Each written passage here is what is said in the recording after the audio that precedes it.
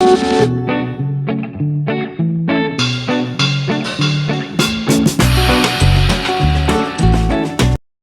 hello, welcome back. I'm Sonia, and if you're new here, hello. Do you guys remember this? Here it is, the rhubarb from my garden video. See? This is what it looks like.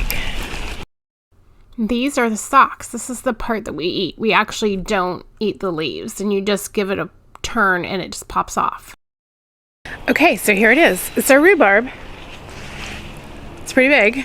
So if you were to get this at the store, you would only see this part, but if you got it from one of your neighbors or something, you would have the whole thing. You have to cut off the leaves. You never want to eat them. I think they're poisonous, pretty sure. Okay, so you're only going to eat this part, and this is kind of like the consistency of celery, and you have to kind of get the stringy part on the outside off. I'm going to show you how to do it inside.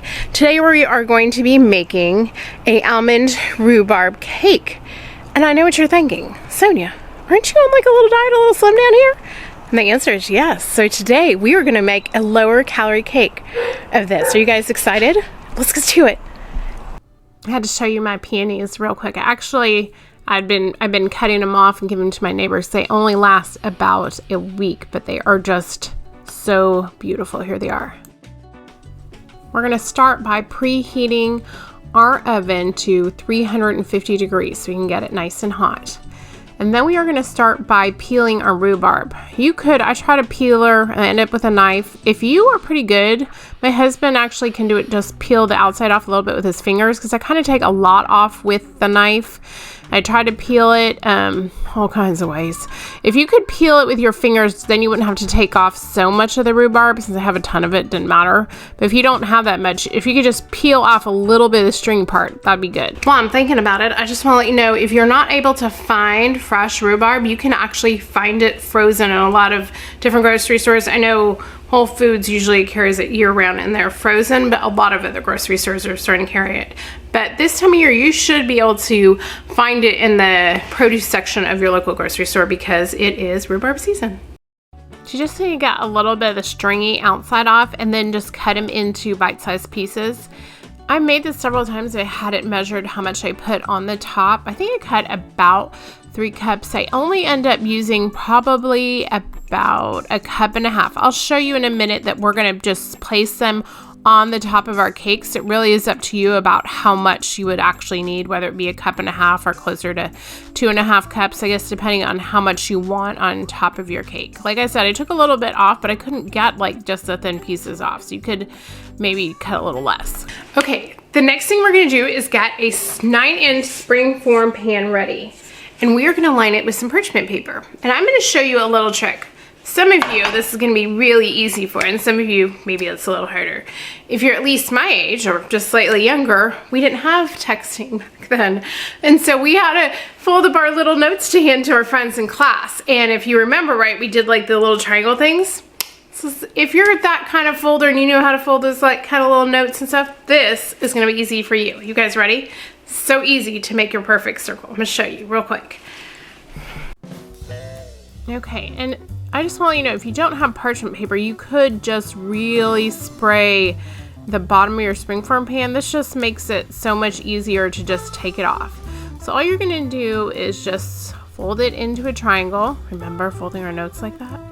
And then you're just going to, exactly like you remember, cut off the bottom. Are those other ones? What was that one game you played when you opened up and you like, people picked it and then they opened it? I can't remember what it was called. Anyways, you're going to cut off the bottom. Then you are going to take it down the middle and fold it again, and then you're going to fold it again into another triangle, and one more time you're just going to fold it over. Then you're going to take out your pan and measure it so it's the middle goes, the top of the triangle is in the middle, and you just give it a little cut, and there you go. Boom, it's a circle. Now you're going to need to just spray it with some of your spray, your cooking spray, whatever you have, generously. I do it over my kitchen sink so I don't get it all over the floor and slide around. Oh my gosh, you guys, I totally forgot. Thank you, thank you, thank you. We hit 1,000 subscribers last Saturday morning. I was like, ah! My daughter woke up and she was more excited than I am. She opened her tablet, saw my video, she was like, wow! She was jumping up and down. She was so excited for us. And we are gonna do a 1,000 subscriber celebration. And I talked to my family because I know a lot of you are like, we need to do it with the whole family because pretty much everybody has been in our video. Except my kids are in finals. My son's in finals this week. My daughter's in finals next week. My husband's so busy. So I did think of something really special to do. And it's probably gonna be coming next week because my guest couldn't be on this week. I'm actually getting my first guest back on. And if you are new here, you probably have not met them yet. So I'm really excited and we're gonna do something special. I'm pretty sure it's gonna be next week, depending on how I can film, edit, and everything else. But thank you guys again. I really appreciate you watching my videos, hitting the thumbs ups, leaving me comments, getting to know y'all. It's been really a lot of fun. I would have never guessed I hit 1,000 subscribers this fast. Most channels it takes like, I think an average of 2 years to hit 1,000. And I think like 2.5 to get monetized. We actually are, I think we're about 1,200 hours away from being monetized. So it's gonna happen next few weeks. So if you wanna do me a favor, watch some of my older videos. Okay, let's get back into it. You guys ready? Come on, let's get this cake going. Plus I need a little snack. We're going to start off with 3/4 cup of granulated sugar and 10 tablespoons of butter. I know it sounds like a lot of butter, but it is for an entire cake. And we are just going to cream it up and get it nice and fluffy. Like, I know you think you've creamed butter and sugar before, but we need this like really creamed and really fluffy in order to make this cake, or it's not going to give you the right consistency that you are looking for. And then we are going to add in 2 eggs, and we are going to add them in one at a time so we can keep that fluffiness going instead of just weighing it down. We're doing it one at a time. Put it into our eggs. And then after that we have it all combined and all fluffy, we're going to add in 1.5 cups of all-purpose flour. And then we're going to add in 1.5 teaspoons of baking powder. And then we're going to add in 1/2 cup of buttermilk. And this is how our recipe is different than a lot of recipes that are similar to this cake, is they usually add in 1/2 or heavy cream. And we were changing it by doing buttermilk, and the buttermilk actually makes it, I think, more moist. Then we're going to do some almond extract, 1.5 teaspoons. If you can't find it, you could always do vanilla, but since we are using almond and this is an almond cake, you need almond extract. 1.5 teaspoons of it, and we are just going to now cream it up and get it all fluffy and ready to go.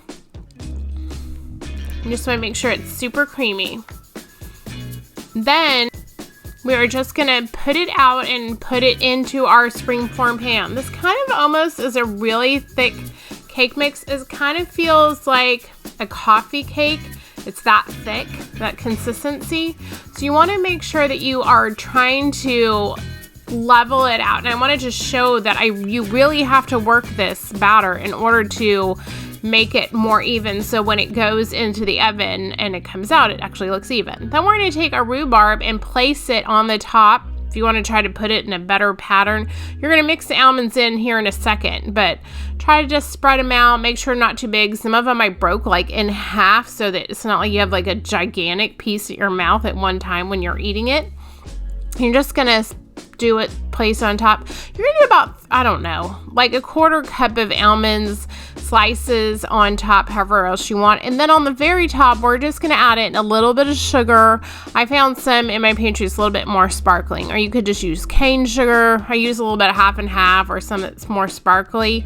Whatever you have would work. You just want a little bit of sugar on top so it kind of gets a little bit crunch, that little like, crunch from the sugar on top. Then you are going to place your cake into a 350-degree oven. And I cooked mine for actually about 40 minutes. So I set my timer for 40 minutes. And as a reminder, every oven is slightly different. So kind of keep an eye on it when it hits about 35. So here it is, and then you just want to make sure you let it cool before you open your springform part.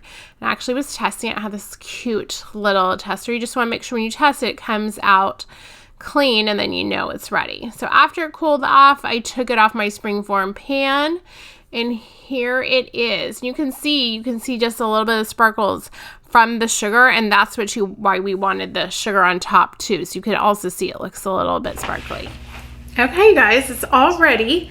It looks delicious. I forgot to tell you guys, kind of a consistency of more of like a coffee cake. That's how it's kind of lower calorie. And because a lot of coffee cakes, you guys will actually, well, some of them are lower calorie. I need to make you guys my cinnamon coffee cake. It's my lower calorie one. It's really good.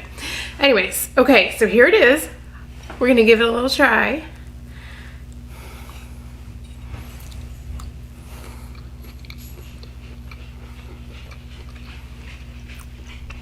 It's delicious. You guys need to try this. It's so good. I've only made it like once or twice before. It's been a while. That's why I was like, oh, I wasn't sure on the measurements.